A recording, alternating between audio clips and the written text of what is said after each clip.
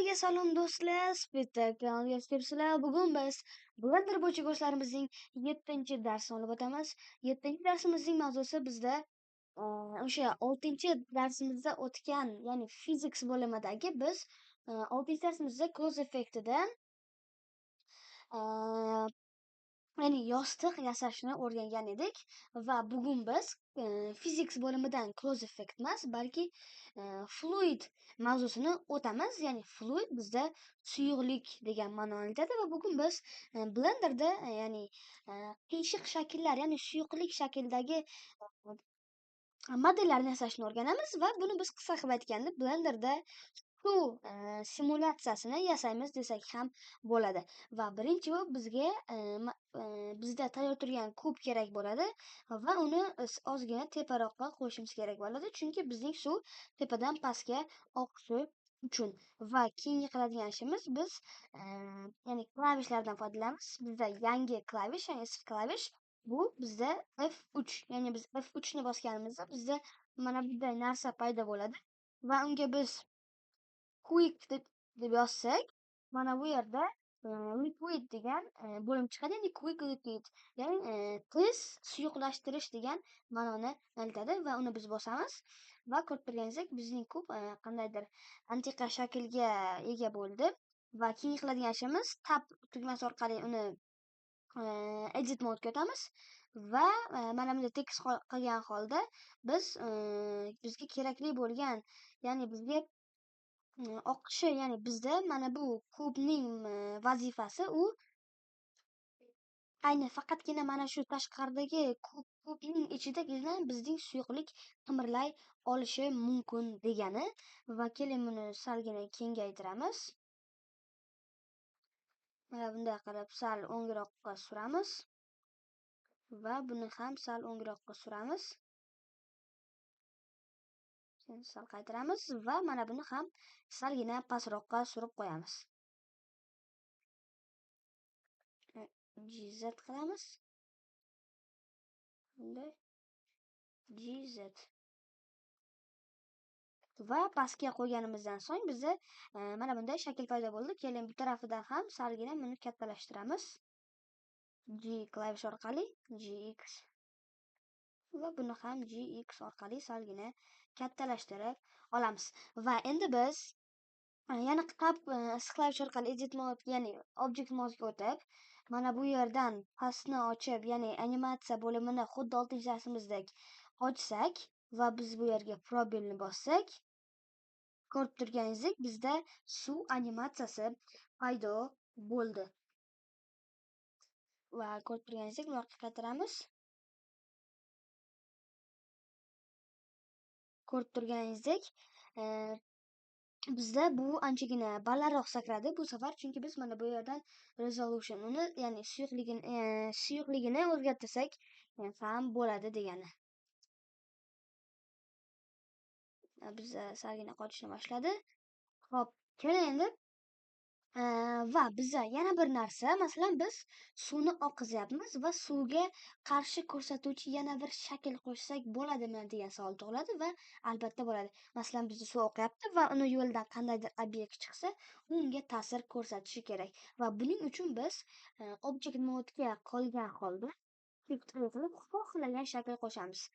Keling, masalan hozir men konus qo'shaman. Konus qiziqroq shakl, ammo siz buni o'rniga xohlagan shakl qo'shishingiz mumkin va o'zingiz yasagan modellarni ham hattoki qo'shishingiz mumkin bo'ladi.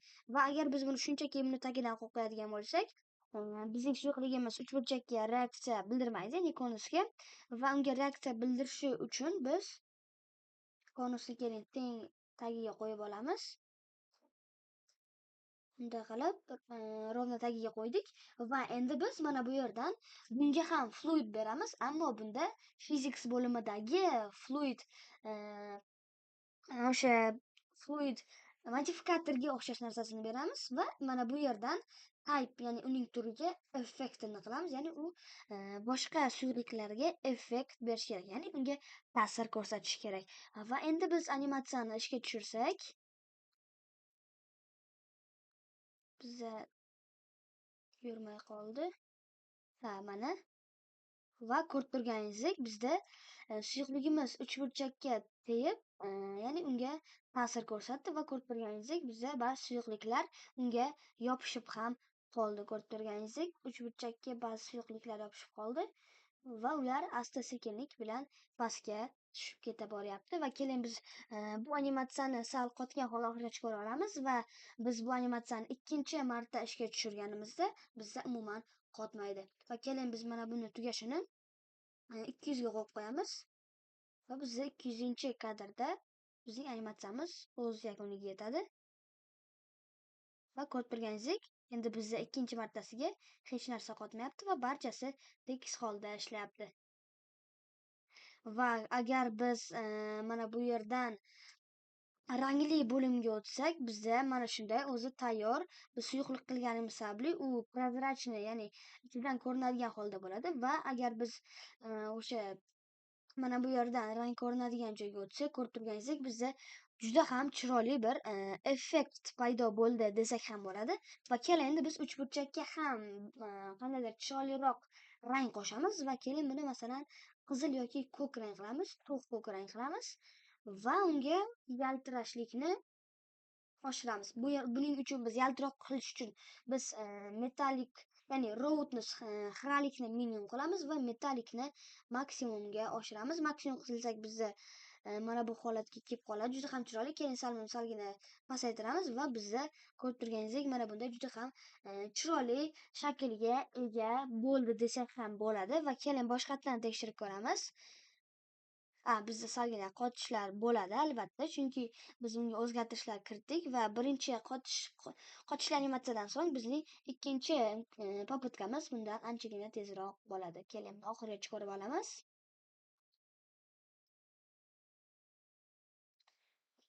Ko'rib turganingizdek suv bunga yopishib qoldi va keyinchalik biz buni suvni ko'kka almashtirsak ham bo'ladi.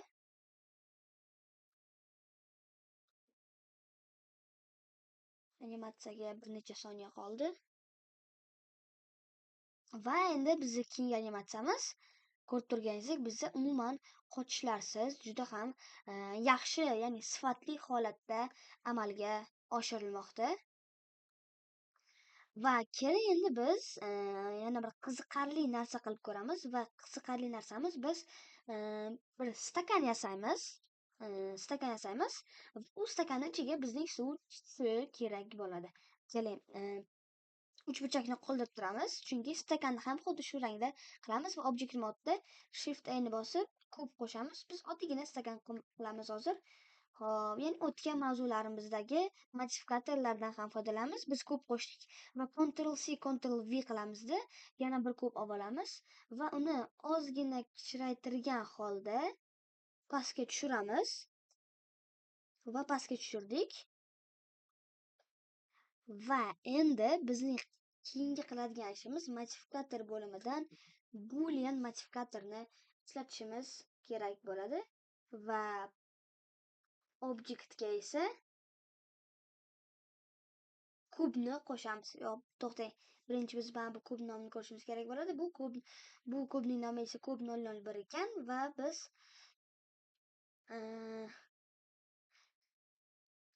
biz bu kubga qo'shgan ekanmiz va bu yerga kub 002 ni qilamiz. Va bizda negadir o'xshamadi. O'xshadim. Yo'q, keling, boshqatdan qilib ko'ramiz. Buni joyiga qaytaramiz. Va endi mana bunday qilamiz. Union difference.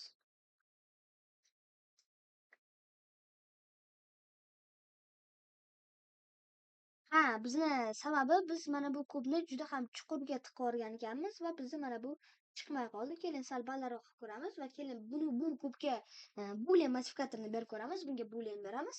Bu objektga esa kub 001 qilamiz va endi difference ko'rsak, keling tekshirib ko'ramiz. Bizda yana negadir o'xshamadi. Intersect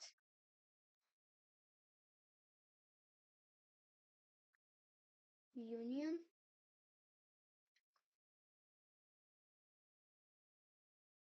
Biza, ya'ni tashqarida kubga biz modifikatorni qo'shib, mana bu yerdan difference'ni tanladik va endi biz buni apply qiladigan bo'lsak, ko'rib turganingizdek, bizga kerakli bo'lgan ichida bo'shliq mavjud, stakan paydo bo'ldi va endi buni tanlagan holda edit modga o'tamiz va uni burchaklarini salgina silliqlashtiramiz.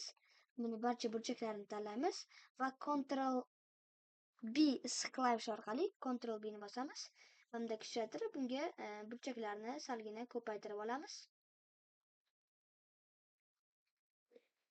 Va ko'rib turganingizdek, bizda burchaklari silliq bo'lgan stakanga o'xshash narsa paydo bo'ldi va endi buni mana bu bizni suyuqligimizning tagiga olib boramiz va uni kichraytirib olamiz. Mana bunday qilib kichraytiramiz. Mana bunday buni tagiga qo'yib olamiz. Va endi suyuqlik shunchaki kirib ketmasligi uchun biz buni salgina chuqurligini kamaytiramiz. Chuqurligini kamaytirganimizdan so'ng bizda suyuqlik to'kilganidan so'ng unga, ya'ni chiroyliroq animatsiya hosil bo'ladi. Ya'ni u buning teshigidan, ya'ni mana bu bizdagi yomkisning teshigidan chiqib ketadi va bizda chiroyli animatsiya paydo bo'ladi va biz mana bu rangni, bu stakanni rangini konusnikidek qilmoqchi bo'lsak, biz birinchi bo'lib bizga rang o'zgarishi kerak bo'lgan obyektni bosamiz va shift klavishini bosib turgan holda keyingi obyektni bosamiz va material bo'limidan biz mana bu yerdan copy material to selected bosganimizda bizda barchasi to'g'ri bajariladi va endi keyin qiladigan ishimiz biz bu obyektga ham liquid, ya'ni fluid physics bo'limidan modifikator o'xshash narsa qo'shamiz va bunga ham effektor qilamiz. Va endi animatsiyani ko'ramiz. Va to'xta, hozir birinchi bo'lib buni o'chirib tashlaymiz konusni va endi boshqatdan ko'ramiz. Va ko'rib turganingizdek, bizda mana shunday juda ham chiroyli bir animatsiya paydo bo'ldi. Ya'ni bizda suv mana bu bitni ichiga kirdi va ortiqcha, ya'ni unga sig'magan suvlar uning chetlariga to'kilib ketdi. Keyin suvni ham rangini o'zgartiramiz, ya'ni uni ko'k rangga o'zgartiramiz. Ko'k rangga va roughnessni 0 qilamiz. Keyin ko'paytirsak, u mana bunday xiralashib qoladi va bizga maksimal yaltirab turgan suv kerak bo'ladi. Mana bunday qilamiz va mana bunday qilib biz suvni yaratamiz va endi animatsiyani bir marta ko'rib olamiz va keyingi ikkinchi martasida bizda chiroyli tekis animatsiya hosil bo'ladi.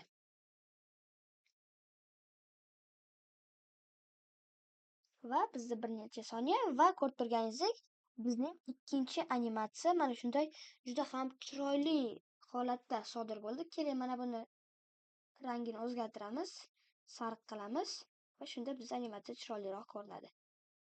Va ko'rib turganingizdek, bizda mana shunday Blender programmasida suyuqliklar mavzusi bilan biz mana shunday chiroyli, oddiy boshqa biz o'tgan mavzular bilan qilib bo'lmaydigan yangi mavzuni o'rgandik desak ham bo'ladi.